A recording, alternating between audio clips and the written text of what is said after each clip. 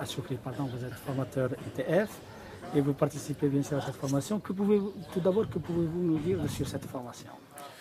Premièrement, c'est une très bonne initiative que de rassembler les 3 pays du Maghreb qui représentent quand même une puissance tennistique sur le plan régional et africain. Donc on a les meilleurs espoirs en tant que futurs coachs, que ce soit tunisien, algérien ou marocain.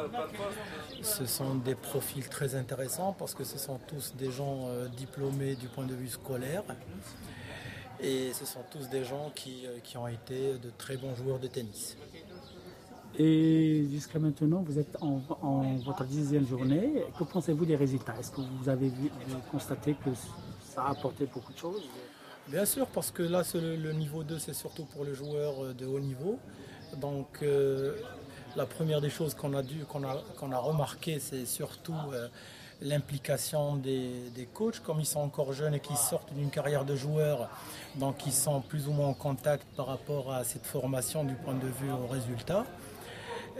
Il est intéressant aussi de noter que actuellement, que ce soit au Maroc, en Algérie ou bien en Tunisie, on est à la recherche de ces joueurs de haut niveau parce qu'on a une certaine carence ces 5 dernières années sur le plan résultat, formation du joueur.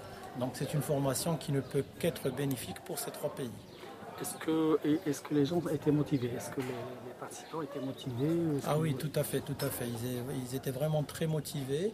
On a aussi avec nous un très bon formateur en la personne de Jeff qui est formateur FFT et donc avec Amine qui est formateur ITF haut niveau. Donc c'était vraiment une formation très générale sur tout ce qui touche le joueur. Ça part déjà de la formation du joueur du point de vue physique, tactique, technique, psychologique. On a parlé de la diététique, on a parlé de l'accompagnement du joueur, de la compétition. Donc on a touché à tous les volets et je pense bien que ces futurs coachs, si jamais on leur fait des formations continues dans les futurs mois, futures années, à mon avis, Inch'Allah, il y aura de très bons résultats sur le terrain. Si on peut parler un petit peu des domaines que vous avez abordés dans ce stage. Tout d'abord, on a commencé à parler un petit peu de la pédagogie. Parce que ce qui importe dans ce domaine-là, c'est de faire la différence entre ta carrière en tant que joueur et celle que tu vas embrasser en tant que coach. Donc côté pédagogique, c'était très important de faire cette nuance et surtout de ne pas influencer le joueur que tu as en face par ta propre personnalité.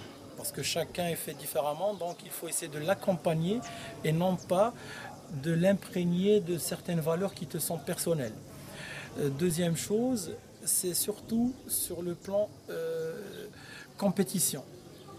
La majorité, comme ils étaient joueurs, donc ils ont leur propre façon de faire en tant que joueurs, mais est-ce que cette façon de faire est la bonne pour tout le monde? Côté alimentation par exemple, on avait parlé de ce qu'il faut manger la veille, ce qu'il faut manger juste avant le match, après le match, le soir, donc comment il faut faire la récupération. On a abordé tous les sujets, notamment sur la psychologie. Quand tu perds, ce qu'il faut faire, quand tu gagnes, quand tu mènes au score, qu'est-ce qu'il faut faire, comment tu planifies ta saison, comment tu gères une blessure. Donc on a vraiment touché un petit peu à tout. Et c'est vrai que souvent quand on forme un joueur, on pense juste au niveau technique, tactique et physique, on oublie tout le reste. Alors que le domaine psychologique est d'une importance capitale.